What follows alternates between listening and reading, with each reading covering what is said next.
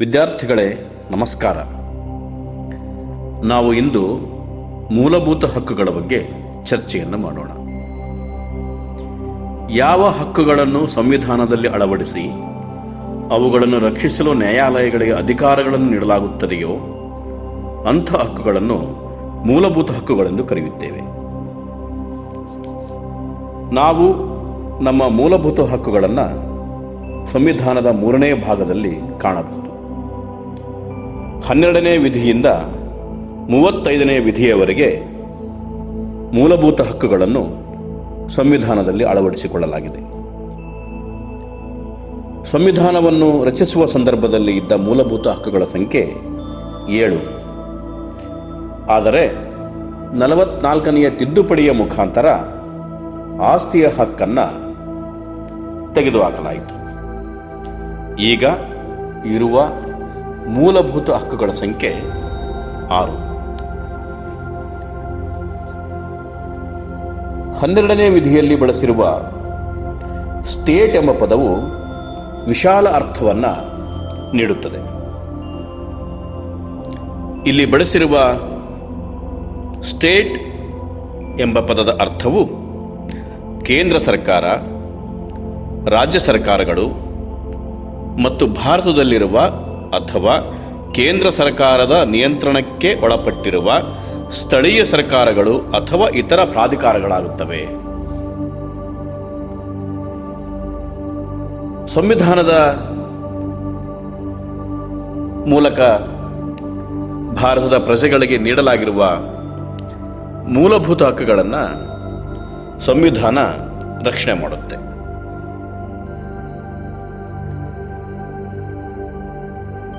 ಸಂವಿಧಾನವು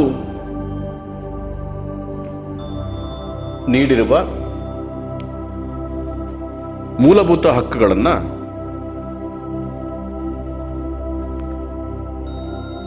ಪ್ರತಿಯೊಬ್ಬರು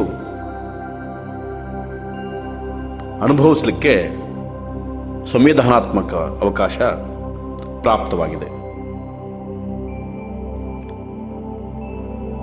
ಆ ಮೂಲಭೂತ ಹಕ್ಕುಗಳು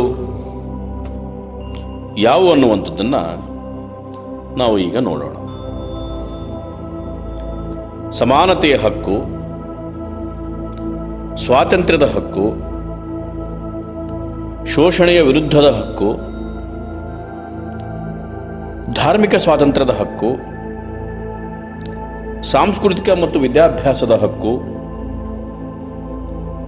ಸಂವಿಧಾನಾತ್ಮಕ ಪರಿಹಾರ ಹಕ್ಕು. ಈ 6 ಹಕ್ಕುಗಳು ಮೂಲಭೂತ ಹಕ್ಕುಗಳಾಗಿವೆ.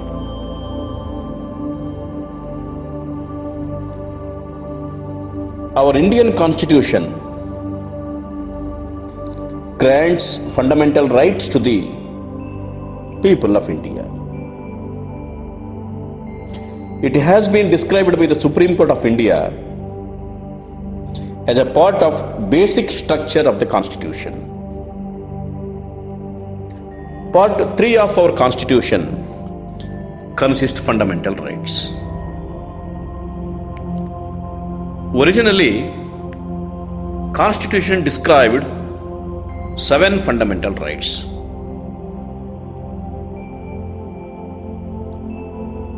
The right to property has been deleted from the list by 44th Amendment. Now, there are 6 fundamental rights. The meaning of the term state covers the union, the states, the parliament, and all state authorities.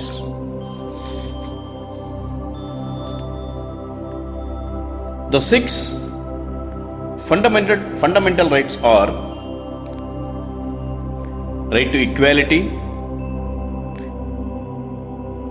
right to freedom, right against exploitation,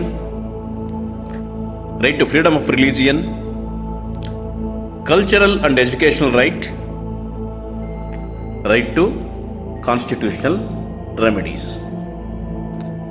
These 6 rights are fundamental rights.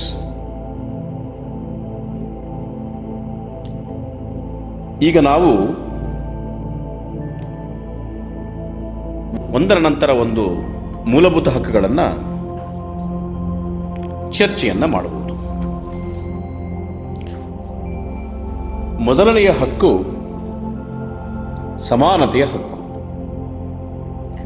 ಸಮಾನತೆಯ ಹಕ್ಕು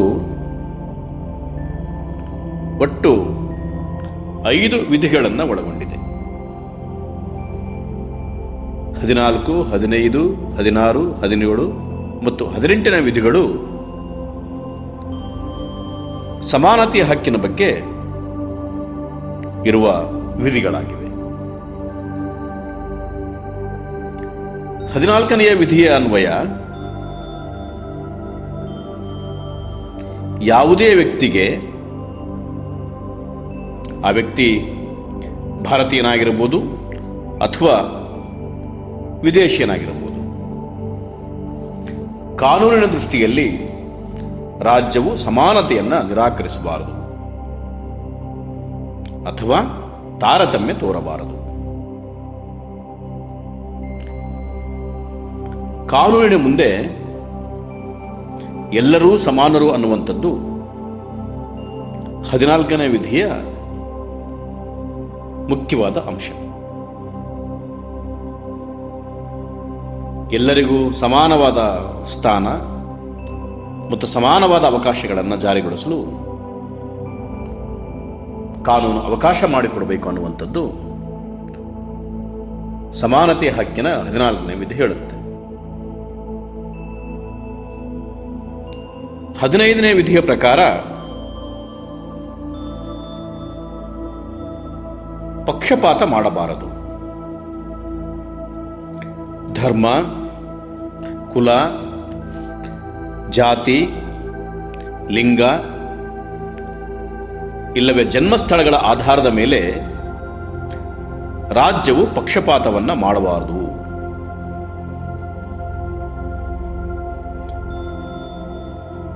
ಅಂಗಡಿಗಳು, ಸಾರ್ವಜನಿಕ ರೆಸ್ಟೋರೆಂಟ್ಗಳು, ಹೋಟೆಲ್ಗಳು ಮತ್ತು ಸಾರ್ವಜನಿಕ ಮನರಂಜನಾ ಸ್ಥಳಗಳಲ್ಲಿ ಯಾವುದೇ ಪ್ರಜೆಗೆ ಧರ್ಮ, ಕುಲ, ಜಾತಿ, ಲಿಂಗ, ಜನ್ಮಸ್ಥಳಗಳ ಆಧಾರದ ಮೇಲೆ ಅಸಮರ್ಥತೆ, ನಿರ್ಬಂಧ ಅಥವಾ ಷರತ್ತಿಗೆ ಒಳಪಡಿಸಬಾರದು.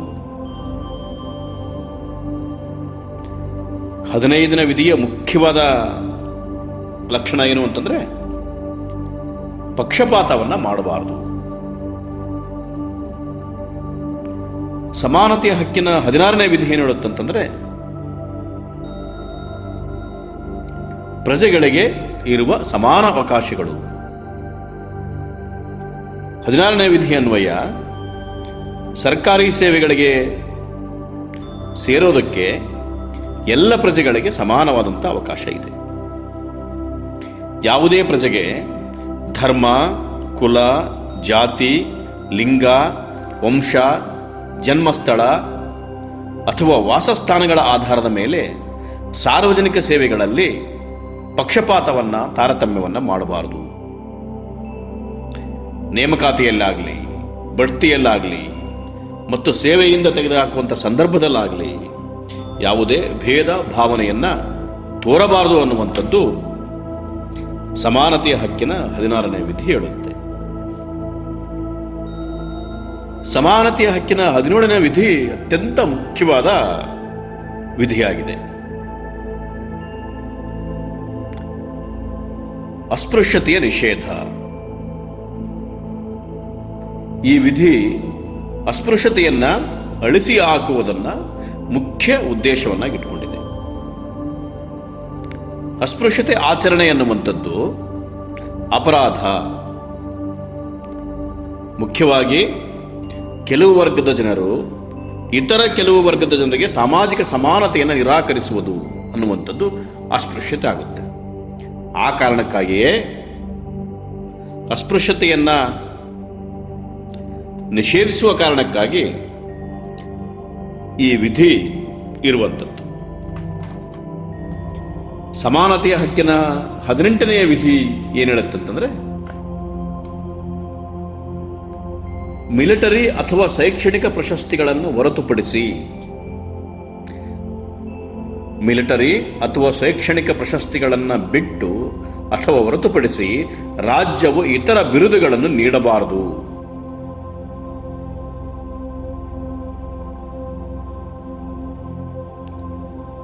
ಈ ವಿಧಿಯ ಅನ್ವಯ ಭಾರತದ ಪ್ರಜೆ ಯಾವುದೇ ಬಿರುದನ್ನು ವಿದೇಶದಿಂದ ಪಡೆಯಬಾರದು. ಭಾರತೀಯರಲ್ಲದವರು ಭಾರತದಲ್ಲಿ ಲಾಭದಾಯಕ ಹುದ್ದೆಯಲ್ಲಿದ್ದಾಗ ರಾಷ್ಟ್ರಪತಿಯ ಅನುಮತಿ ಇಲ್ಲದೆ ವಿದೇಶದಿಂದ ಬಿರುದನ್ನು ಪಡೆಯಬಾರದು. ಇದು ಕೂಡ ಪ್ರಜೆಗಳ ಮಧ್ಯೆ ಸಮಾನತೆಯ ತರುವ ನಿಟ್ಟಿನಲ್ಲಿ ಇರುವಂಥ ವಿಧಿಯಾಗಿದೆ. ಹಾಗಾಗಿ ಸಮಾನತೆಯ ಹಕ್ಕು ಈ 5 ವಿಧಿಗಳನ್ನು ಒಳಗೊಂಡಿದ್ದು ಭಾರತದ ಪ್ರಜೆಗಳಿಗೆ ಸಮಾನತೆಯನ್ನು ಕಲ್ಪಿಸುವ ನಿಟ್ಟಿನಲ್ಲಿ ಸಂವಿಧಾನದಲ್ಲಿ ಅಳವಡಿಸಿರುವ ಮುಖ್ಯ ವಿಧಿಯಾಗಿರೋದನ್ನು ನಾವು ನೋಡ್ತೇವೆ. The first fundamental right is right to equality. 5 articles, from Article 14 to 18 deal with this right.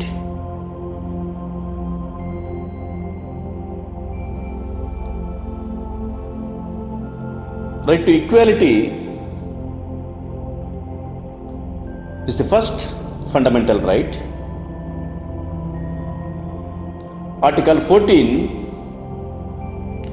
guarantees to all citizens and others equality before law. It states, the state shall not deny to any person equality before law or equal protection of the laws within its territory.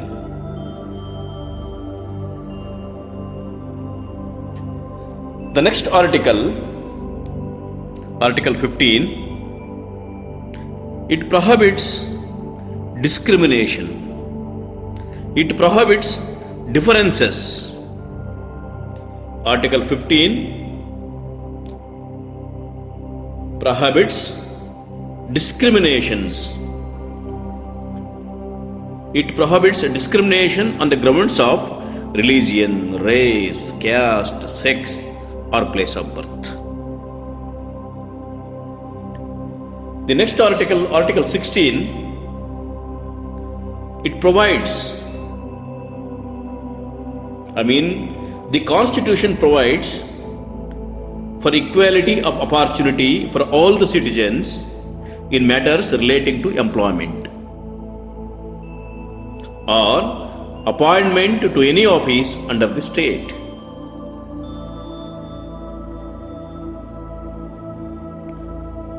Article 17, it is an important article for eradicating the evil of practice of untouchability in India.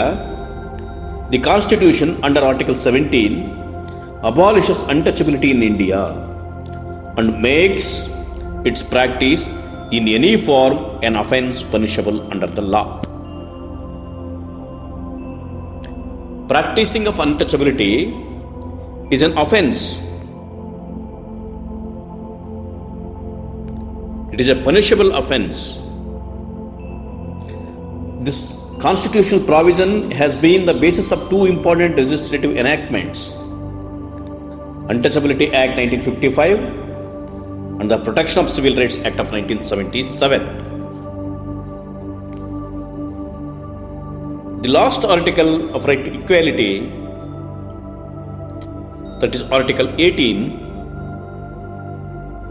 abolition of titles. Under this article, the Constitution prohibits the state from conferring any titles except honors for military or academic distinctions. Abolition of titles.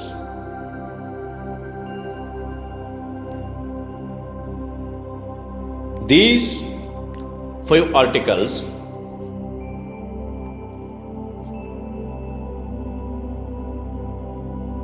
are incorporated in right to equality. ಎರಡನೆಯ ಮೂಲಭೂತ ಹಕ್ಕು ಸ್ವಾತಂತ್ರ್ಯದ ಹಕ್ಕು. 19, 20, 21 ಹಾಗೂ 22ನೆಯ ವಿಧಿಗಳು ಸ್ವಾತಂತ್ರ್ಯದ ಹಕ್ಕಿನ ಬಗ್ಗೆ ನಮಗೆ ವಿವರಗಳನ್ನು ತಿಳಿಸ್ಕೊಡ್ತವೆ. 19ನೇ ವಿಧಿ ಅತ್ಯಂತ ಮುಖ್ಯವಾದಂಥ ವಿಧಿಯಾಗಿದೆ. ಪ್ರಜಾಪ್ರಭುತ್ವದ ಏಳಿಗೆಗೆ ಬೇಕಾದ ವಿವಿಧ ಸ್ವಾತಂತ್ರ್ಯಗಳನ್ನು ಈ ವಿಧಿಯ ಮೂಲಕ ಪ್ರಜೆಗಳಿಗೆ ನೀಡಲಾಗ್ತದೆ. ಆ ಸ್ವಾತಂತ್ರ್ಯಗಳು ಯಾವುವು ಅನ್ನುವಂಥದ್ದನ್ನು ನಾವು ಈಗ ನೋಡಬಹುದು. ವಾಕ್ ಸ್ವಾತಂತ್ರ್ಯ ಮತ್ತು ಅಭಿಪ್ರಾಯವನ್ನು ವ್ಯಕ್ತಪಡಿಸುವ ಸ್ವಾತಂತ್ರ್ಯ, ಶಾಂತವಾಗಿ ಮತ್ತು ಶಸ್ತ್ರರಹಿತ ಸಭೆ ಸೇರುವ ಸ್ವಾತಂತ್ರ್ಯ, ಸಂಘಗಳನ್ನು ಅಥವಾ ಯೂನಿಯನ್ಗಳನ್ನು ಸ್ಥಾಪಿಸುವ ಸ್ವಾತಂತ್ರ್ಯ, ರಾಷ್ಟ್ರಾದ್ಯಂತ ಸ್ವತಂತ್ರವಾಗಿ ಸಂಚರಿಸುವ ಸ್ವಾತಂತ್ರ್ಯ, ಭಾರತದ ಅಂದರೆ ರಾಷ್ಟ್ರದ ಯಾವುದೇ ಭಾಗದಲ್ಲಾದರೂ ವಾಸಿಸುವ ಮತ್ತು ನೆಲೆಸುವ ಸ್ವಾತಂತ್ರ್ಯ.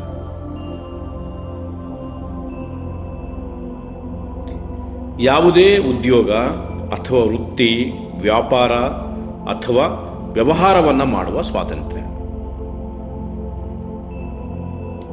ಇನ್ನೊಂದು ಸ್ವಾತಂತ್ರ್ಯದ ವಿಧಿ ಇತ್ತು, ಆಸ್ತಿಯನ್ನು ಸಂಪಾದಿಸುವ, ಇಟ್ಟುಕೊಳ್ಳುವ ಮತ್ತು ಮಾರಾಟ ಮಾಡುವ ಸ್ವಾತಂತ್ರ್ಯ. ಈ ವಿಧಿಯನ್ನು 44ನೆಯ ತಿದ್ದುಪಡಿಯ ಮೂಲಕ ರದ್ದು ಮಾಡಲಾಗಿದೆ. ಈಗ ಇರುವ ಈ 6 ಸ್ವಾತಂತ್ರ್ಯಗಳು ಪ್ರಜಾಪ್ರಭುತ್ವದ ಚಿಂತನೆಗಳನ್ನು ಬೆಳೆಸುವ ಬೇರೆ ಬೇರೆ ಬಗೆಯ ಸ್ವಾತಂತ್ರ್ಯಗಳಾಗಿದ್ದಾವೆ. ಈ 6 ಬಗೆಯ ಸ್ವಾತಂತ್ರ್ಯಗಳನ್ನು ನಮಗೆ 19ನೆಯ ವಿಧಿಯ ಮೂಲಕ ನೀಡಲಾಗಿದೆ. 20ನೇ ವಿಧಿ ಇನ್ನೊಂದು ರೀತಿಯಿಂದ ಬಹಳ ಮುಖ್ಯವಾದಂಥದ್ದು. ಅಪರಾಧಿಗೆ ನಿರಂಕುಶವಾದಂಥ ಮತ್ತು ಹೆಚ್ಚು ಶಿಕ್ಷೆ ವಿಧಿಸುವುದರ ವಿರುದ್ಧ ಈ ವಿಧಿ ರಕ್ಷಣೆಯನ್ನು ನೀಡುತ್ತೆ. ಅಂದರೆ ಅಪರಾಧ ಮಾಡಿದ ಸಮಯದಲ್ಲಿದ್ದ ಕಾನೂನಿನ ಅನ್ವಯ ಆ ವ್ಯಕ್ತಿಗೆ ಶಿಕ್ಷೆಯನ್ನು ಕೊಡಬೇಕು. ಅಪರಾಧ ಮಾಡುವ ಸಂದರ್ಭದಲ್ಲಿ ಇದ್ದಂಥ ಕಾನೂನಿನ ಅನುಗುಣವಾಗಿ ಅಪರಾಧಿಗೆ ಶಿಕ್ಷೆಯನ್ನು ವಿಧಿಸಬೇಕು ಅನ್ನುವಂಥದ್ದು 21ನೇ ಉಪವಿಧಿ ತಿಳಿಸುತ್ತೆ. ಇದರ 2ನೇ ಉಪವಿಧಿ ತಿಳಿಸುವಂಥದ್ದು ಒಂದೇ ಅಪರಾಧಕ್ಕೆ ಒಂದಕ್ಕಿಂತ ಹೆಚ್ಚು ಬಾರಿ ಶಿಕ್ಷೆಯನ್ನು ನೀಡಬಾರದು. ಅಂದರೆ ಒಂದೇ ಅಪರಾಧಕ್ಕೆ ಒಮ್ಮೆ ಶಿಕ್ಷೆಯನ್ನು ನೀಡಲಿಕ್ಕೆ ಕಾನೂನಿನ ಅನ್ವಯ ಅವಕಾಶ ಇದೆ. ಒಂದೇ ಅಪರಾಧಕ್ಕೆ ಒಂದಕ್ಕಿಂತ ಹೆಚ್ಚು ಬಾರಿ ಶಿಕ್ಷೆಯನ್ನು ನೀಡಬಾರದು ಅನ್ನುವಂಥದ್ದು 2ನೇ ಉಪವಿಧಿ ತಿಳಿಸುತ್ತೆ. 20ನೇ ಈ ವಿಧಿಯಲ್ಲಿ ಬರತಕ್ಕಂಥ 3ನೇ ಉಪವಿಧಿ ಏನು ಹೇಳುತ್ತಂದ್ರೆ, ಅಪರಾಧ ಮಾಡಿದ ವ್ಯಕ್ತಿಯನ್ನು ತನ್ನ ವಿರುದ್ಧ ತಾನೇ ಸಾಕ್ಷಿ ನೀಡುವಂತೆ ಒತ್ತಾಯವನ್ನು ಮಾಡಬಾರದು. ಅಪರಾಧ ಮಾಡಿರ್ತಕ್ಕಂಥ ವ್ಯಕ್ತಿಯನ್ನ ನಾವು ಬಲವಂತವಾಗಿ ಅಥವಾ ಒತ್ತಾಯದ ಮೂಲಕ ತನ್ನ ವಿರುದ್ಧವೇ ತಾನೇ ಸಾಕ್ಷಿ ನೀಡುವಂತೆ ಒತ್ತಾಯವನ್ನು, ಬಲವಂತವನ್ನು ಮಾಡಬಾರದು ಅನ್ನುವಂಥದ್ದು ಈ ವಿಧಿ ತಿಳಿಸುತ್ತೆ. 21ನೇ ವಿಧಿಯ ಪ್ರಕಾರ ಯಾವುದೇ ವ್ಯಕ್ತಿಯ ಜೀವ ಅಥವಾ ವೈಯಕ್ತಿಕ ಸ್ವಾತಂತ್ರ್ಯವನ್ನು ಕಾನೂನು ಬಾಹಿರ ಕಸಿದುಕೊಳ್ಳಬಾರದು. ಕಾನೂನು ಬಾಹಿರ ಮಾರ್ಗಗಳ ಮೂಲಕ ಯಾವುದೇ ವ್ಯಕ್ತಿಯ ಜೀವ, ಲೈಫ್ ಅಥವಾ ವೈಯಕ್ತಿಕ ಸ್ವಾತಂತ್ರ್ಯ, ಪರ್ಸನಲ್ ಲಿಬರ್ಟಿ, ಅಂದರೆ ಯಾವುದೇ ವ್ಯಕ್ತಿಯ, ಯಾವುದೇ ಪ್ರಜೆಯ ಜೀವ ಅಥವಾ ವೈಯಕ್ತಿಕ ಸ್ವಾತಂತ್ರ್ಯವನ್ನು ಕಾನೂನು ಬಾಹಿರವಾಗಿ ಕಸಿದುಕೊಳ್ಳಲಿಕ್ಕೆ ಅವಕಾಶ ಇಲ್ಲ ಸಂವಿಧಾನದಲ್ಲಿ ಅನ್ನುವಂಥದ್ದು. ಇದು ವ್ಯಕ್ತಿಯ ಜೀವ ಮತ್ತು ಆತನ ಸ್ವಾತಂತ್ರ್ಯವನ್ನು ಕಾಪಾಡಿಕೊಳ್ಳುವ ಸಲುವಾಗಿ ಇರುವಂಥದ್ದು. ಇನ್ನೊಂದು 21A ವಿಧಿ ಸಂವಿಧಾನಕ್ಕೆ 86ನೇ ತಿದ್ದುಪಡಿ ತರುವುದರ ಮುಖಾಂತರ ಕ್ರಿಸ್ತ ಶಕ 2002ನೇ ಇಸ್ವಿಯಲ್ಲಿ ಸೇರಿಸಲಾಯಿತು. ಇದು ಬಹಳ ಮುಖ್ಯವಾದಂಥದ್ದು. ಪ್ರಾಥಮಿಕ ಶಿಕ್ಷಣದ ಕುರಿತಂತೆ ಇರುವಂಥ ಹಕ್ಕು ಇದು. ಈ ವಿಧಿ ಅನ್ವಯ 6ರಿಂದ 14 ವರ್ಷದ ವಯಸ್ಸಿನ ಮಕ್ಕಳಿಗೆ ಉಚಿತ ಹಾಗೂ ಕಡ್ಡಾಯ ಪ್ರಾಥಮಿಕ ಶಿಕ್ಷಣ ನೀಡುವುದು ಸರ್ಕಾರದ ಜವಾಬ್ದಾರಿ. RTE ಆಕ್ಟ್ ಅಂತೇನಿದೆ, ಉಚಿತ ಮತ್ತು ಕಡ್ಡಾಯ ಶಿಕ್ಷಣದ ಕಾಯ್ದೆ ಅಂತೇನಿದೆ, ಹಾಗಾಗಿ ಯಾವುದೇ ಮಗು ಶಿಕ್ಷಣದಿಂದ ವಂಚಿತವಾಗಬಾರದು. ಪ್ರತಿಯೊಬ್ಬ ಮಗುಗೆ ಶಿಕ್ಷಣವನ್ನು ನೀಡುವಂಥದ್ದು ಸರ್ಕಾರದ ಜವಾಬ್ದಾರಿ, ಪಾಲಕರ ಜವಾಬ್ದಾರಿ ಅನ್ನುವಂಥದ್ದು 21ನೇ ವಿಧಿ ಹೇಳುತ್ತೆ. ಸಂವಿಧಾನಕ್ಕೆ 86ನೇ ತಿದ್ದುಪಡಿ ತರುವುದರ ಮುಖಾಂತರವಾಗಿ ಸೇರಿಸಲಾಯಿತು. ಇದು ಬಹಳ ಮುಖ್ಯವಾದಂಥ ವಿಧಿಯಾಗಿ ನಮ್ಮೆದುರಿಗೆ ಇದೆ. 22ನೇ ವಿಧಿ ಏನು ಹೇಳುತ್ತಂತಂದ್ರೆ, ಯಾವುದೇ ವ್ಯಕ್ತಿಯನ್ನ ಕಾರಣಗಳನ್ನು ತಿಳಿಸದೆ ಬಂಧಿಸಲಿಕ್ಕೆ ಅವಕಾಶ ಇಲ್ಲ.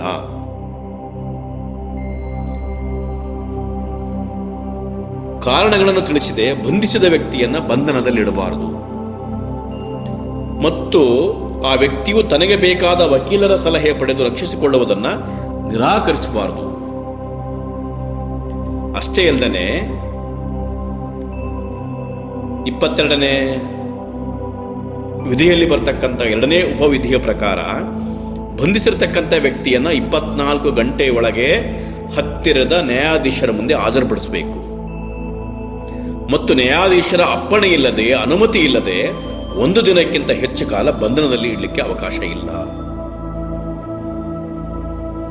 ಇದು ಕೆಲವು ವಿನಾಯಿತಿಗಳು ಕೂಡ ಇದ್ದಾವೆ, ಆಮೇಲೆ ಚರ್ಚೆ ಮಾಡಬಹುದು. ಹಾಗಾಗಿ ಒಟ್ಟು ಸ್ವಾತಂತ್ರ್ಯದ ಹಕ್ಕು ಅನ್ನುವಂಥದ್ದು ಮುಖ್ಯವಾಗಿ 4 ವಿಧಿಗಳನ್ನು ಒಳಗೊಂಡಿರುವಂಥದ್ದನ್ನು ನಾವು ಕಾಣ್ತೇವೆ. ಇಲ್ಲಿ ಭಾರತದ ಪ್ರಜೆಗಳಿಗೆ ನೀಡಲಾಗಿರುವ ವಿವಿಧ ಸ್ವಾತಂತ್ರ್ಯಗಳನ್ನು ಮತ್ತು ಅಪರಾಧಿಗಳನ್ನು, ಆರೋಪಿಗಳಿಗೆ ಕೂಡ ಇಲ್ಲಿ ಹಕ್ಕುಗಳಿರುವಂಥದ್ದನ್ನು ನಾವು ಚರ್ಚೆ ಮಾಡ್ಬೋದು. ಅಷ್ಟೇ ಅಲ್ಲದೆ ಈ ಹಕ್ಕಿಗೆ ಹೊಸದಾಗಿ 2002ನೇ ಇಸ್ವಿಯಲ್ಲಿ ಸೇರಿಕೊಂಡಿರ್ತಕ್ಕಂಥ ಕಡ್ಡಾಯ ಶಿಕ್ಷಣ ಕಾಯ್ದೆಯ ಬಗ್ಗೆ ಕೂಡ ಇದರಲ್ಲಿ ಪ್ರಸ್ತಾಪ ಇದೆ. Right to freedom is a second important fundamental right. The Indian Constitution grants the right to freedom to its citizens. Article 19 of the Constitution grants 6 fundamental freedoms to the citizens. All citizens shall have the right to freedom of speech and expression, freedom of assembly, freedom to form associations, freedom of movement, freedom to reside and settle, freedom of profession, occupation, trade or business.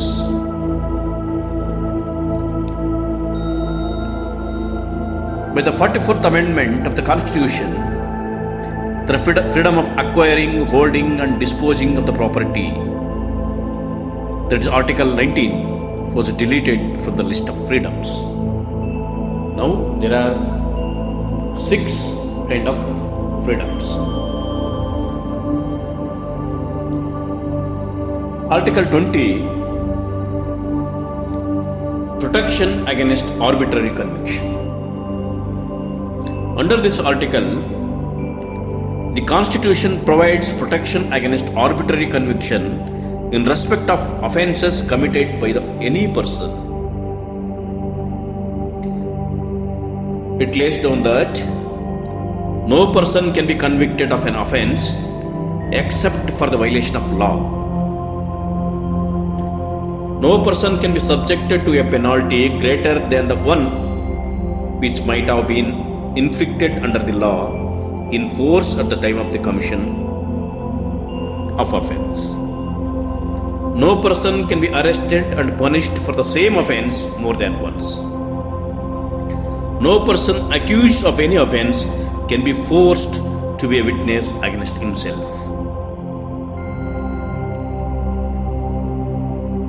This article, that is Article 20, provides protection against arbitrary and excessive punishment and prevents double prosecution and punishment and safeguards against the forcible securing of statements or confessions from an accused.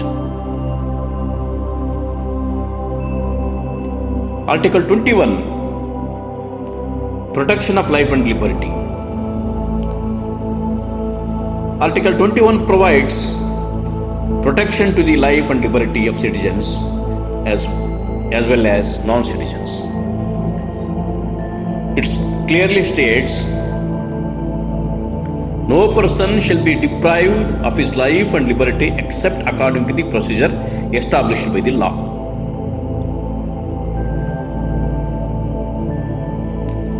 Article 22, protection against arbitrary arrest and detention.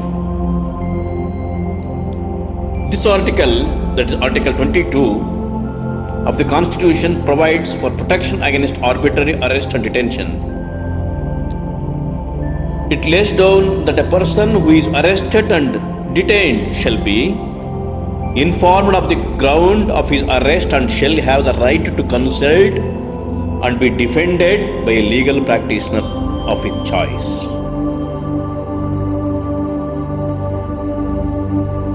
The second thing is produced before the nearest magistrate within a period of 24 hours arrest, excluding the time of taken in journey from the place of his arrest to the court of the magistrate. He cannot be detained in custody beyond 24 hours without the authority of the magistrate. ಮೂರನೆಯ ಮೂಲಭೂತ ಹಕ್ಕು ಶೋಷಣ ವಿರುದ್ಧದ ಹಕ್ಕು. ಈ ಹಕ್ಕು ಎರಡು ವಿಧಿಗಳನ್ನು ಒಳಗೊಂಡಿದೆ, 23 ಹಾಗೂ 24ನೇ ವಿಧಿಗಳು. 23ನೇ ವಿಧಿ ಅನ್ವಯ ಮಾನವ ಕಳ್ಳ ಸಾಗಾಣಿಕೆ, ಬೇಗಾರ್ ಮತ್ತು ಬಲವಂತದ ದುಡಿಮೆಗಳನ್ನು ನಿಷೇಧಿಸಲಾಗಿದೆ. ಅನೈತಿಕ ಅಥವಾ ಇತರ ಉದ್ದೇಶಗಳಿಗಾಗಿ ಮಹಿಳೆಯರನ್ನ, ಮಕ್ಕಳನ್ನ ಮತ್ತು ಬಲಹೀನರನ್ನ ಶೋಷಣೆ ಮಾಡಬಾರದು. ಇಲ್ಲಿ ಬಡಜನರಿಂದ ಪುಕ್ಕಟೆಯಾಗಿ ಬಲವಂತವಾಗಿ ದುಡಿಸಿಕೊಳ್ಳುವ ಪದ್ಧತಿಯನ್ನ ಬೇಗಾರ್ ಎಂದು ಕರೆಯಲಾಗುತ್ತದೆ. ತಮಗೆಲ್ಲ ಗೊತ್ತಿರೋ ಹಾಗೆ ಭಾರತದ ಬೇರೆ ಬೇರೆ ಭಾಗಗಳಲ್ಲಿ ಚೀತ ಪದ್ಧತಿ ಜಾರಿಯಲ್ಲಿತ್ತು. ಇಂಥ ಪದ್ಧತಿಯನ್ನ ಈಗ ಸಂಪೂರ್ಣವಾಗಿ ನಿಷೇಧ ಮಾಡಲಾಗಿದೆ. ಈ ನಿಯಮವನ್ನು ಉಲ್ಲಂಘನೆ ಮಾಡಿದಂಥವರಿಗೆ ಕಾನೂನು ಪ್ರಕಾರ ಶಿಕ್ಷೆಯನ್ನು ಕೂಡ ನೀಡಲಾಗ್ತದೆ. 24ನೇ ವಿಧಿ ಅನ್ವಯ 14 ವರ್ಷಕ್ಕಿಂತ ಕಡಿಮೆ ವಯಸ್ಸಿನ ಮಕ್ಕಳನ್ನು ಕಾರ್ಖಾನೆಗಳಲ್ಲಾಗಲಿ, ಗಣಿಗಾರಿಕೆಗಳಲ್ಲಾಗಲಿ ಅಥವಾ ಅಪಾಯವನ್ನುಂಟು ಮಾಡುವ ಬೇರೆ ಬೇರೆ ಕೆಲಸಗಳಲ್ಲಿ ನೇಮಿಸಬಾರದು. ಮಹಿಳೆಯರ ಶೋಷಣೆಯನ್ನು ನಿಲ್ಲಿಸುವ ಕಾರಣಕ್ಕಾಗಿ, ಶೋಷಣೆಯನ್ನು ತಡೆಯುವ ಕಾರಣಕ್ಕಾಗಿ ಸರ್ಕಾರಗಳು ಬೇರೆ ಬೇರೆ ಕಾನೂನುಗಳನ್ನು ಜಾರಿಗೆ ತಂದಿರೋದನ್ನು ನಾವು ಗಮನಿಸಬಹುದು. ಅನೈತಿಕ ವ್ಯವಹಾರ ತಡೆ ಕಾಯ್ದೆ, ವರದಕ್ಷಿಣೆ ನಿಷೇಧ ಕಾಯ್ದೆ, ಸಮಾನ ಕೆಲಸಕ್ಕೆ ಸಮಾನ ವೇತನ ಕಾಯ್ದೆ, ಭ್ರೂಣಲಿಂಗ ಪತ್ತೆ ನಿಷೇಧ ಕಾಯ್ದೆ, ಕೌಟುಂಬಿಕ ದೌರ್ಜನ್ಯ ನಿಷೇಧ ಕಾಯ್ದೆ, ಅತ್ಯಾಚಾರ ನಿಷೇಧ ಕಾನೂನು ಮತ್ತು ಮಹಿಳೆಯರು ತಮ್ಮ ತಮ್ಮ ಕೆಲಸಗಳನ್ನು ಮಾಡ್ತಕ್ಕಂಥ ಸ್ಥಳಗಳಲ್ಲಿ ಲೈಂಗಿಕ ಕಿರುಕುಳಗಳು ಉಂಟಾದರೆ ಅವುಗಳನ್ನು ತಡೆಯೋದಕ್ಕೆ ಲೈಂಗಿಕ ಕಿರುಕುಳ ತಡೆ ಕಾಯ್ದೆ ಕೂಡ ಜಾರಿಯಲ್ಲಿದೆ. ಮಕ್ಕಳ ಹಕ್ಕುಗಳನ್ನು ರಕ್ಷಿಸುವ ಕಾರಣಕ್ಕಾಗಿಯೇ ಅನೇಕ ಕಾಯ್ದೆಗಳನ್ನು ಕೇಂದ್ರ ಸರ್ಕಾರ ಮತ್ತು ರಾಜ್ಯ ಸರ್ಕಾರಗಳು ಜಾರಿಗೆ ತಂದಿದ್ದಾವೆ. ಬಾಲ ಅಪರಾಧ ರಕ್ಷಣೆ ಕಾಯ್ದೆ, ಬಾಲ್ಯ ವಿವಾಹ ತಡೆ ಕಾಯ್ದೆ, ಮಕ್ಕಳ ಹಕ್ಕುಗಳ ರಕ್ಷಣಾ ಕಾಯ್ದೆ, ಮಕ್ಕಳ ಮೇಲಿನ ಲೈಂಗಿಕ ದೌರ್ಜನ್ಯ ನಿಷೇಧ ಕಾಯ್ದೆ, ಪೋಕ್ಸೋ ಆಕ್ಟ್ ಅಂತ ಕರಿತೀವಿ. ಈ ಕಾಯ್ದೆ 2012 ನವೆಂಬರ್ 14ರಿಂದ ಜಾರಿಗೆ ಬಂದಿದೆ. 18 ವರ್ಷಕ್ಕಿಂತ ಕಡಿಮೆ ವಯಸ್ಸಿನ ಮಕ್ಕಳನ್ನು ಲೈಂಗಿಕ ಚಟುವಟಿಕೆಗಳಿಗೆ ದುರುಪಯೋಗಪಡಿಸಿಕೊಂಡರೆ ಅಂಥವರ ವಿರುದ್ಧ ಕಠಿಣ ಮತ್ತು ಜೀವಾವಧಿ ಶಿಕ್ಷೆಗೆ ಅವರನ್ನು ಗುರಿಪಡಿಸಲಾಗುತ್ತೆ. ಇಂಥ ಪ್ರಕರಣಗಳನ್ನು ವಿಚಾರಣೆ ನಡೆಸುವ ಸಲುವಾಗಿಯೇ ವಿಶೇಷ ನ್ಯಾಯಾಲಯಗಳನ್ನು ಸ್ಥಾಪನೆ ಮಾಡಲಾಗಿದೆ. ಹೀಗೆ ಶೋಷಣೆ ವಿರುದ್ಧದ ಹಕ್ಕನ್ನು ವಿವರಿಸುವ ಈ ಎರಡು ವಿಧಿಗಳ ಬಗ್ಗೆ ನಾವೀಗ ಚರ್ಚೆಯನ್ನು ಮಾಡಿದ್ದೇವೆ. Third right is right against exploitation. Article 23 and 24 of the Constitution provide against human exploitation. Under Article 23, the Constitution prohibits traffic in human beings and beggar and similar forms of forced labor.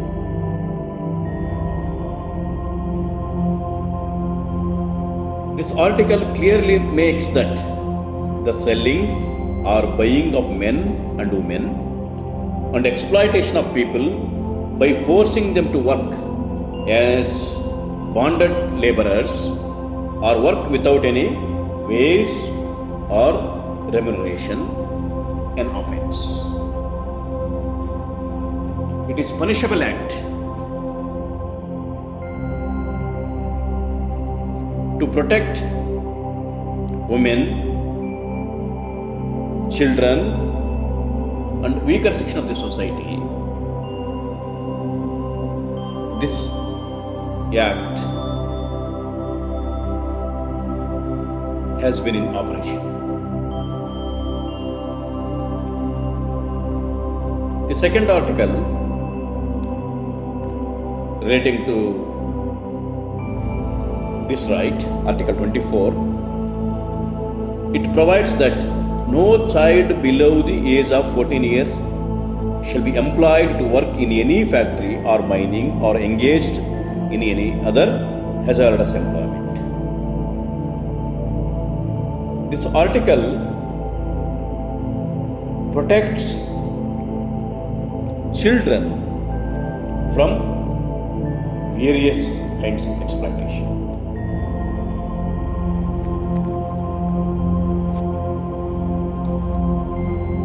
ನಾಲ್ಕನೆಯ ಮೂಲಭೂತ ಹಕ್ಕಾಗಿ ಧಾರ್ಮಿಕ ಸ್ವಾತಂತ್ರ್ಯದ ಹಕ್ಕು ಇದೆ. ಈ ಹಕ್ಕು 4 ವಿಧಿಗಳನ್ನು ಒಳಗೊಂಡಿದೆ. 25, 26, 27 ಮತ್ತು 28ನೇ ವಿಧಿಗಳು ಧಾರ್ಮಿಕ ಸ್ವಾತಂತ್ರ್ಯದ ಹಕ್ಕಿನ ಬಗ್ಗೆ ನಮಗೆ ವಿವರಣೆಗಳನ್ನು ನೀಡುತ್ತವೆ. 25ನೇ ವಿಧಿಯ ಅನ್ವಯ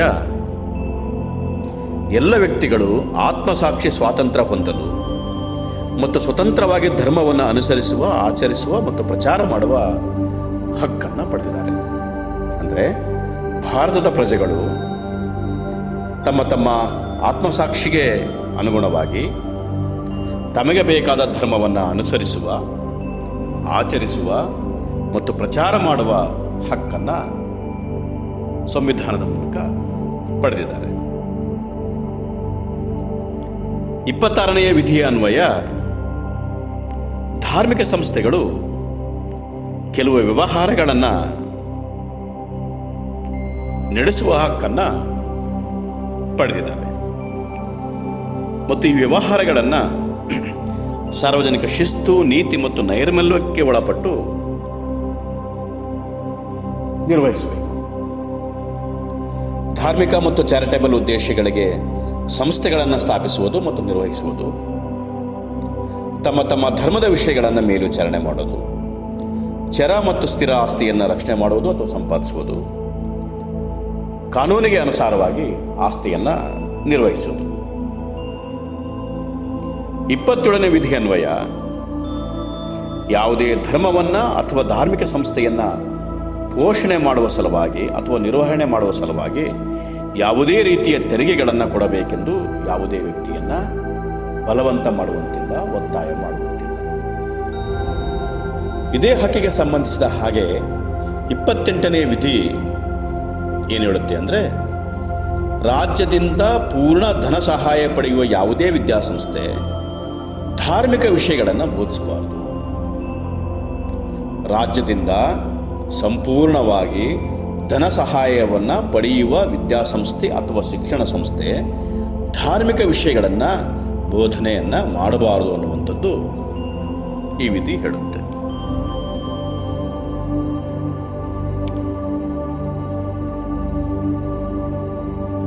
Right to freedom of religion is fourth fundamental right. This right has been described in 4 articles. They are 25, 26, 27 and 28. Article 25 guarantees to all persons the freedom of conscience and the right to profess, practice and propagate any religion. But forcible conversions stand prohibited in India. There is no state religion in India. We all have known this. All religions are equal in India. People are enjoying religious freedom and they can adopt any religion they want. Article 26 of the Constitution lays down that every religious denomination of any section has the right. Religious denomination of any section has the right to establish and maintain institutions for religious and charitable purpose. They can manage their own affairs in the matters of religion. They can own and acquire property. The property may be movable property or immovable property. And they can administer such property in accordance with law. Article 27 of this right. Under this article 27, under Article 27, the Constitution lays down that no person shall be compelled to pay any taxes, the proceeds of which are specifically appropriated in payment of expenses for the promotion or maintenance of any particular religious denomination. In brief, you can say, no person shall be compelled to pay any taxes for the promotion or maintenance of any particular religion. Article 28 of this right, it prohibits the imparting of religious instruction in any educational institution which is only maintained out of state funds or receiving aid from the state.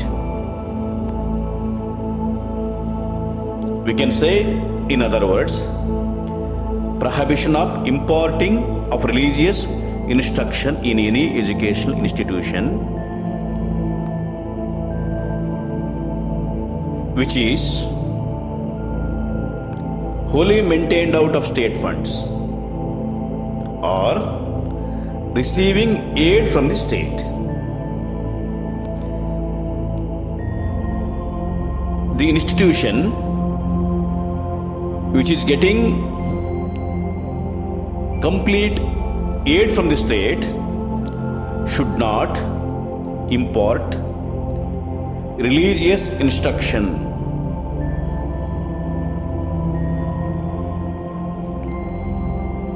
Any educational institution which is getting grant or aid from the state should not impart any religious instruction. ಐದನೆಯ ಮೂಲಭೂತ ಹಕ್ಕು ಸಾಂಸ್ಕೃತಿಕ ಮತ್ತು ವಿದ್ಯಾಭ್ಯಾಸದ ಹಕ್ಕು. ಈ ಹಕ್ಕು 2 ವಿಧಿಗಳನ್ನು ಒಳಗೊಂಡಿದೆ, 29 ಮತ್ತು 30ನೇ ವಿಧಿಗಳನ್ನು.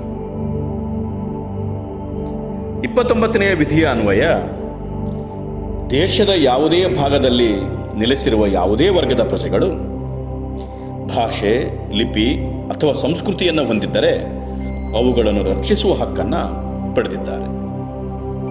ತಮಗೆಲ್ಲ ಗೊತ್ತಿದೆ, ಇಂಡಿಯಾ ಅನ್ನುವಂಥದ್ದು ಬಹುತ್ವವನ್ನು ಪಡೆದುಕೊಂಡಿರ್ತಕ್ಕಂಥ ದೇಶ.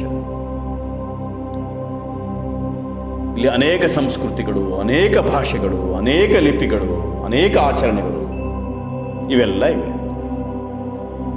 ಹಾಗೆ ನೋಡಿದರೆ ಬಹುತ್ವವೇ ನಮ್ಮ ದೇಶದ ಸೌಂದರ್ಯ. ತಮ್ಮ ತಮ್ಮ ಭಾಷೆಗಳನ್ನು, ತಮ್ಮ ತಮ್ಮ ಲಿಪಿಗಳನ್ನು, ತಮ್ಮ ತಮ್ಮ ಸಂಸ್ಕೃತಿಯನ್ನು ರಕ್ಷಣೆ ಮಾಡಿಕೊಳ್ಳೋದಕ್ಕೆ ಈ ಮೂಲಭೂತ ಹಕ್ಕಿನಲ್ಲಿ ಅವಕಾಶ ಇದೆ. ಮತ್ತು ನಮ್ಮ ದೇಶದ ಬೇರೆ ಬೇರೆ ಜನವರ್ಗಗಳು ಮಾತನಾಡುವ ಭಾಷೆಗಳಿಗೆ, ಅವರ ಲಿಪಿಗಳಿಗೆ, ಅವರ ಸಂಸ್ಕೃತಿಗೆ ಒಂದು ಅನನ್ಯತೆ ಇದೆ. ಒಂದು ವಿಶೇಷವಾದ ಲಕ್ಷಣ ಇದೆ, ಅನನ್ಯತೆಯ ಚಹರೆಗಳಿದ್ದಾವೆ. ಇವುಗಳನ್ನೆಲ್ಲ ರಕ್ಷಣೆ ಮಾಡಿಕೊಳ್ಳೋದಕ್ಕೆ ಈ ಮೂಲಭೂತ ಹಕ್ಕಿನಲ್ಲಿ ಅವಕಾಶ ಇದೆ. 30ನೇ ವಿಧಿಯ ಅನ್ವಯ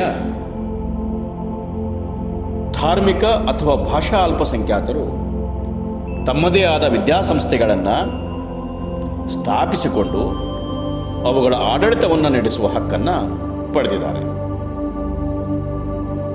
ಅಂದರೆ ಧಾರ್ಮಿಕ ಅಲ್ಪಸಂಖ್ಯಾತರು, ಭಾಷಾ ಅಲ್ಪಸಂಖ್ಯಾತರು ಶಿಕ್ಷಣ ಸಂಸ್ಥೆಗಳನ್ನು ಸ್ಥಾಪನೆ ಮಾಡಿಕೊಂಡು ಅವುಗಳನ್ನು ನಿರ್ವಹಿಸುವ ಅವಕಾಶವನ್ನು, ಹಕ್ಕನ್ನು ಈ ವಿಧಿಯ ಮೂಲಕ ಪಡೆದುಕೊಂಡಿದ್ದಾರೆ.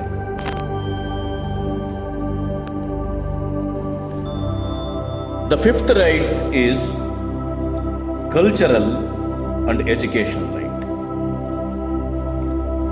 Our constitution provides special protection to the minorities. Article 29 and 30 of Part 3 of our constitution guarantee to the minorities cultural and educational right.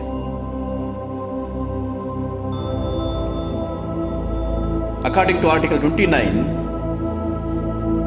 the citizens residing in the territory of India or any part thereof having a distinct language, script or culture of its own shall have the right to conserve the same. They can protect their distinct language, distinct script and distinct culture. Article 30 of this right admits that all minorities, whether based on religion or language, they may be linguistic minorities or religious minorities, they shall have the right to establish and administer educational institutions of their choice. They have the right to admit students to their institutions. ಮೂಲಭೂತ ಹಕ್ಕುಗಳ ಯಾದಿಯಲ್ಲಿ ಬರುವ ಕೊನೆಯ ಹಕ್ಕು ಸಂವಿಧಾನಾತ್ಮಕ ಪರಿಹಾರ ಹಕ್ಕು. ಸಂವಿಧಾನದ 32ನೆಯ ವಿಧಿ ಈ ಹಕ್ಕಿನ ಬಗ್ಗೆ ವಿವರಣೆಯನ್ನು ನೀಡುತ್ತದೆ. ಸಂವಿಧಾನದ ಮೂಲಕ ಭಾರತದ ಪ್ರಜೆಗಳಿಗೆ ನೀಡಿರುವ ಮೂಲಭೂತ ಹಕ್ಕುಗಳಿಗೆ ರಕ್ಷಣೆ ಇಲ್ಲದಿದ್ದರೆ ಉಪಯೋಗವಿಲ್ಲ. ಹಕ್ಕುಗಳಿಗೆ ರಕ್ಷಣೆ ಕೊಟ್ಟಾಗಲೇ ಮಾತ್ರ ಅವುಗಳಿಗೆ ಒಂದು ಮೌಲ್ಯ ದೊರಕುತ್ತದೆ. ಆ ಕಾರಣಕ್ಕಾಗಿಯೇ ಪ್ರಜ್ಞಾಪೂರ್ವಕವಾಗಿ ಈ ಹಕ್ಕನ್ನು ಸೇರಿಸಲಾಯಿತು. ನಮ್ಮ ದೇಶಕ್ಕೆ ಸಂವಿಧಾನವನ್ನು ರೂಪಿಸಿಕೊಟ್ಟ ಬಾಬಾ ಸಾಹೇಬ್ ಅಂಬೇಡ್ಕರ್ ಅವರು ಸಂವಿಧಾನಾತ್ಮಕ ಪರಿಹಾರ ಹಕ್ಕನ್ನು ಸಂವಿಧಾನದ ಆತ್ಮ ಎಂದು ಬಣ್ಣಿಸ್ತಾರೆ.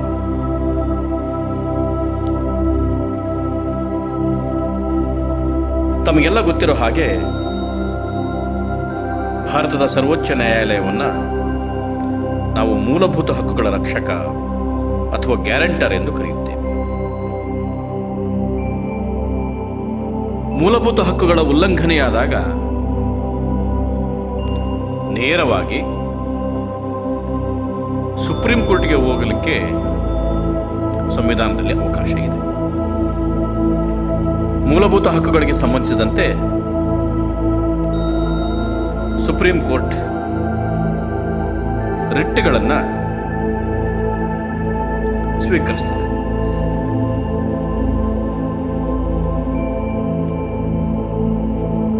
ಮೂಲಭೂತ ಹಕ್ಕುಗಳ ರಕ್ಷಣೆಗೆ ಸುಪ್ರೀಂ ಕೋರ್ಟ್ 32ನೇ ವಿಧಿ ಅನ್ವಯ ಹೇಬಿಯಸ್ ಕಾರ್ಪಸ್, ಮ್ಯಾಂಡಮಸ್, ಪ್ರೊಹಿಬಿಷನ್, ಕೋವಾರಂಟೋ ಮತ್ತು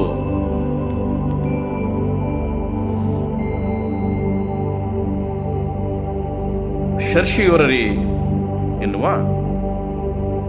ರಿಟ್ಗಳನ್ನು ಅಥವಾ ರಿಟ್ ಅರ್ಜಿಗಳನ್ನು ಸ್ವೀಕರಿಸುತ್ತದೆ. ಸಂವಿಧಾನದ 226ನೇ ವಿಧಿ ಅನ್ವಯ ಹೈಕೋರ್ಟ್ಗಳು ಕೂಡ ಮೂಲಭೂತ ಹಕ್ಕುಗಳನ್ನು ರಕ್ಷಣೆ ಮಾಡುವ ಸಂಬಂಧ ಅಥವಾ ಇದಕ್ಕೆ ಸಂಬಂಧಿಸಿದಂತೆ ಪರಿಹಾರಗಳನ್ನು ಸೂಚಿಸುವುದಕ್ಕೆ ಕೂಡ ರಿಟ್ ಅರ್ಜಿಗಳನ್ನು ಸ್ವೀಕರಿಸಲಿಕ್ಕೆ ಅವಕಾಶ ಇದೆ.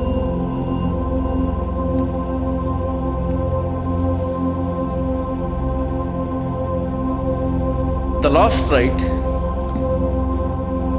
it is very, very important right to constitutional remedies. Article 32 provides effective provisions for the protection and enforcement of the fundamental rights. This right, that is Article 32, guarantees the right to move the Supreme Court by appropriate proceedings for the enforcement of the rights. Supreme Court is empowered to issue directions or orders or writs for this purpose. The different types of writs are the habeas corpus, the mandamus, the prohibition, the quo warranto, the certiorari. These are different kinds of writs.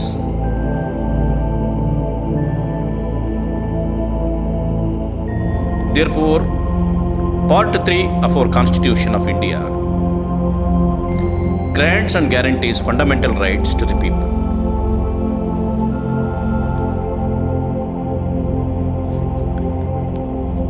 ನಮ್ಮ ಸಂವಿಧಾನದ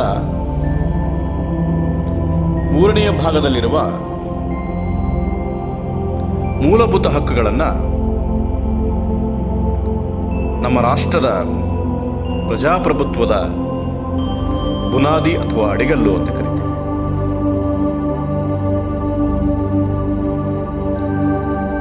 ಇಷ್ಟೆಲ್ಲ ಪ್ರಾಮುಖ್ಯತೆ ಹೊಂದಿರುವ ಮೂಲಭೂತ ಹಕ್ಕುಗಳು ಶಾಶ್ವತವಲ್ಲ ಅನ್ನೋದನ್ನು ಕೂಡ ನಾವು ಅರಿತುಕೊಳ್ಬೇಕು. ರಾಷ್ಟ್ರದ ಭದ್ರತೆ ಮತ್ತು ಸಮಗ್ರತೆಯ ದೃಷ್ಟಿಯಿಂದ, ಸಾಮಾಜಿಕ ಮತ್ತು ಆರ್ಥಿಕ ಪ್ರಗತಿಯ ದೃಷ್ಟಿಯಿಂದ ರಾಷ್ಟ್ರ ಇವುಗಳ ಮೇಲೆ ಕೆಲವು ನಿರ್ಬಂಧಗಳನ್ನು ಹೇರುವ ಅಧಿಕಾರವನ್ನು ಕೂಡ ಪಡೆದಿದೆ.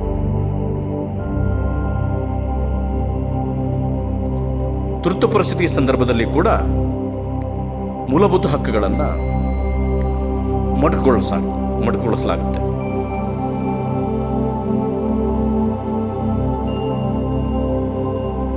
ಒಟ್ಟಾರೆ ಮೂಲಭೂತ ಹಕ್ಕುಗಳು ಅನ್ನುವಂಥದ್ದು ಸಂವಿಧಾನದ ಅತ್ಯಂತ ಮುಖ್ಯವಾದ ಭಾಗವಾಗಿ ನಮಗೆ ಕಾಣಿಸ್ತದೆ. ಮೂಲಭೂತ ಹಕ್ಕುಗಳಿಗೂ ಕೂಡ ಕೆಲವು ಮಿತಿಗಳು ಹಾಗೂ ನಿರ್ಬಂಧಗಳು ಇರೋದನ್ನು ಕೂಡ ನಾವು ಅರ್ಥ ಮಾಡಿಕೊಳ್ಬೇಕಾಗ್ತದೆ. ಹೀಗಾಗಿ ನಮ್ಮ ದೇಶದ ಸಂವಿಧಾನದ 3ನೇ ಭಾಗದಲ್ಲಿರುವ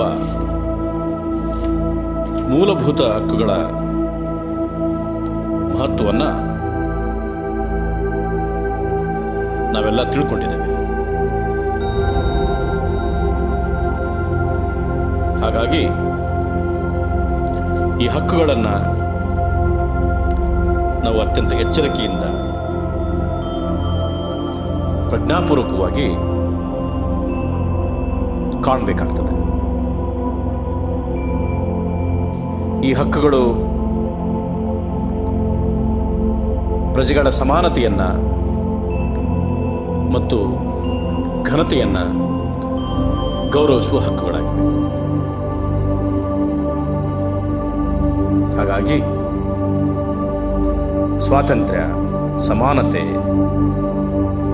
ಮತ್ತು ಘನತೆಯನ್ನು ಕಾಪಾಡುವ ಮೂಲಭೂತ ಹಕ್ಕುಗಳಿಗೆ ವಿಶಿಷ್ಟವಾದ ಸ್ಥಾನ ಇರೋದನ್ನು ನಾವು ಚರ್ಚೆ ಮಾಡಿದ್ದೀವಿ.